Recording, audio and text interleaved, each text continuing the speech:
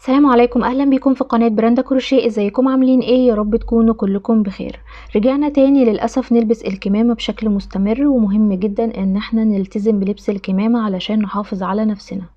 وفي الفيديو ده هنعمل مع بعض اسرع ماسك للكمامة. طريقته هتكون سهلة جدا وبسيطة، ولو انتي مبتدئة هتقدري تعملي معانا ماسك الكمامة بمنتهى السهولة. وكمان لو انتي بتمارسي الكروشيه بشكل مستمر مش هياخد منك وقت غير 5 دقايق بالظبط. في الفيديو كمان هقول لكم ايه افضل طول لماسك الكمامة واكتر خيط مناسب علشان نعمل بيه ماسك الكمامة بالشكل ده. كمان هنتكلم عن سعر بيع ماسك الكمامة، فعايزاكم تتابعوا معايا الفيديو للاخر. كمان كنا عملنا اكتر من شكل لماسك الكمامة، هسيب لكم قائمة فيها كل الاشكال، هتلاقوا اللينك موجود في صندوق الوصف، وكمان هيكون موجود في اول كومنت على الفيديو ده. بفكركم تشتركوا في القناة لو انتوا لسه ما اشتركتوش، وكمان تدوسوا على علامة الجرس علشان توصل لكم كل فيديوهات القناة. بالنسبة لطول ماسك الكمامة فاتكلمنا عنه بالتفصيل في اول فيديو عملنا فيه ماسك للكمامة، واتفقنا انه افضل طول لماسك الكمامة مع الاستخدام، ومع ان الكروشيه بيريح شوية مع الاستخدام، فافضل طول هيكون 20 سنتي، مع ان الكروشيه بيريح شوية مع الاستخدام زي ما احنا اتفقنا. ده بالنسبة لطول ماسك الكمامة. لكن بالنسبة لأفضل خيط أنا بحب أستخدمه في ماسك الكمامة فهو خيط إليزا كوتون جولد. الفتلة دي بتكون رفيعة وخفيفة ومناسبة جدا مع ماسك الكمامة. الشلة دي بتكون 100 جرام، لكن موجود منها نفس الألوان ونفس الخيط بالظبط شلة تانية صغيرة بتكون 50 جرام وسعرها بيكون 16 جنيه. فمناسب جدا ان احنا نجيب الشلة دي علشان نعمل بيها ماسك الكمامة. ده بالنسبة لأفضل خيط أنا بحب أستخدمه. مناسب كمان في الوقت ده إن احنا نستخدم خيط هيمالايا افريداي. الفتلة دي بتكون رفيعة برضو، بتكون 100% أكريليك، ومناسب إن احنا نعمل بيها ماسك للكمامة مع دخول الشتاء. فهتكون فتلة مناسبة إن احنا نعمل بيها ماسك للكمامة. طبعا لو انت حابة تستخدمي اي نوع خيط موجود عندك فمتاح جدا ان انت تستخدمي اي نوع خيط انت حابة تستخدميه مع استخدام مقاس الابرة المناسب للخيط. كمان من مميزات ماسك الكمامة الشكل ده انه مش بيكلف خيط كتير، فهتقدروا تعملوه ببواقي الخيوط اللي موجودة عندكم. زي ما اتفقت معاكم ان انا هستخدم خيط اليزا كوتون جولد، وهستخدم مع الخيط ده ابرة رقم 3.5. هبدأ بعقدة البداية، بعد كده هبدأ بعدد من السلاسل يقبل القسمة على 4. طبعا مش شرط ان انتوا تلتزموا بنفس الاعداد، لان انتوا ممكن تستخدموا اي نوع خيط تاني مختلف عن الخيط اللي انا بستخدمه. فهتبدأوا بعدد من السلاسل يقبل القسمة على 4، وانا هنا هشتغل 40 سلسلة. 1 2 3 4 5. وكده انا اشتغلت 40 سلسلة زي ما اتفقت معاكم. بنبدأ بأي عدد من السلاسل يقبل القسمة على 4. دلوقتي هسيب 3 سلاسل مش هشتغل فيهم وهروح على السلسلة رقم 4. 1 2 3 4. دي كده السلسلة رقم 4 وهشتغل فيها غرزة عمود بلفة. بلف الخيط على الإبرة وبدخل في السلسلة بالشكل ده كده، وبسحب الخيط، وكده معايا 3 حلقات على الإبرة. بسحب حلقتين مع بعض، بعد كده حلقتين مع بعض. وكده سلاسل البداية اللي هي 3 سلاسل دول اللي انا مشتغلتش فيهم هعتبرهم اول عمود بلفة معايا. بعد كده هشتغل سلسلة، وفي نفس المكان اللي انا اشتغلت فيه اول عمود بلفة هشتغل فيه 2 عمود بلفة كمان. بلف الخيط على الابرة وبدخل في نفس السلسلة وبسحب الخيط، بعد كده بسحب حلقتين مع بعض وحلقتين مع بعض بالشكل ده. برجع تاني في نفس السلسلة وبشتغل عمود بلفة كمان.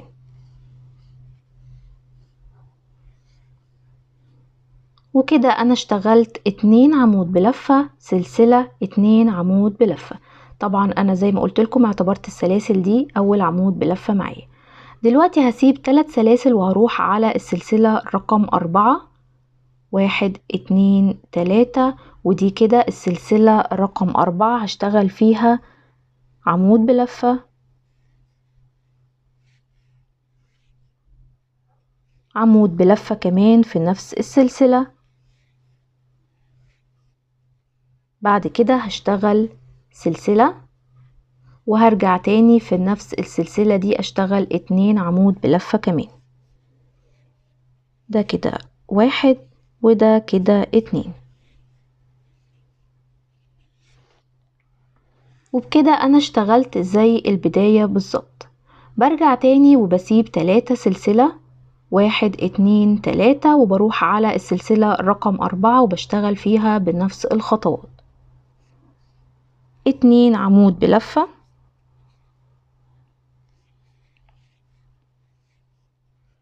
سلسلة، 2 عمود بلفة كمان في نفس السلسلة.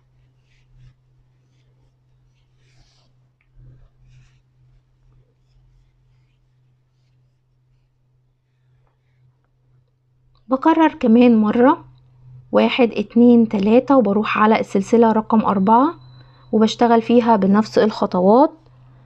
2 عمود بلفة، سلسلة، 2 عمود بلفة في نفس السلسلة. وببتدي ان انا اكرر لحد لما بوصل لاخر سلسلة بنفس الخطوات. بسيب 3 سلسلة وبروح على السلسلة رقم 4 وبشتغل فيها بنفس الخطوات. 2 عمود بلفة، سلسلة، 2 عمود بلفة في نفس السلسلة. بكرر لحد لما بوصل لاخر سلسلة. وكده انا اشتغلت بنفس الخطوات لحد لما وصلت لاخر السطر، واتبقى معايا 4 سلاسل، 1 2 3، ودي كده رقم 4 اخر سلسلة هشتغل فيها وهدخل فيها وهشتغل 2 عمود بلفة،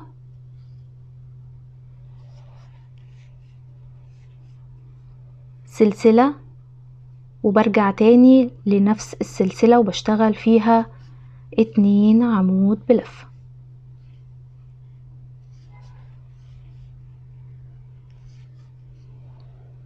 برجع تاني وبشتغل سلسلة، وفي نفس السلسلة هشتغل 2 عمود بلفة كمان.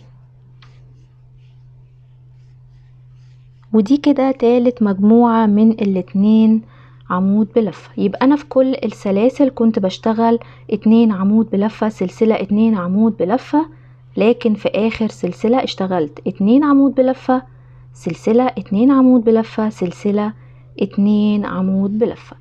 بعد كده بلف ماسك الكمامة بالشكل ده كده، وبلف السلسلة وبشتغل على الجنب التاني من السلسلة، وبشتغل في نفس الاماكن اللي انا اشتغلت فيها. فبروح على طول على اخر سلسلة كنت اشتغلت فيها المجموعة بتاعتي، وبلف الخيط وبشتغل فيها بنفس الخطوات. فبدخل في السلسلة دي وبشتغل فيها 2 عمود بلفة،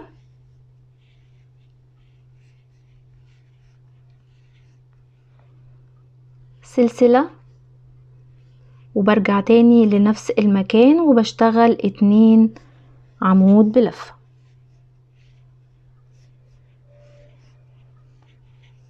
بالشكل ده كده.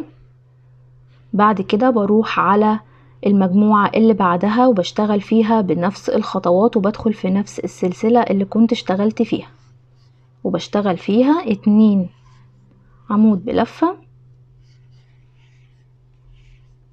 سلسلة، وبرجع تاني وبشتغل فيها 2 عمود بلفة. بكرر بنفس الخطوات دي لحد لما بوصل للآخر. اشتغلت بنفس الخطوات لحد لما وصلت لأول مجموعة، وأول مجموعة هنا اللي هي بتكون في أول السلاسل هشتغلها بالظبط زي المجموعة دي. كنت اشتغلت هنا 2 عمود بلفة، سلسلة، 2 عمود بلفة، سلسلة، 2 عمود بلفة، 3 مجموعات من ال2 عمود بلفة.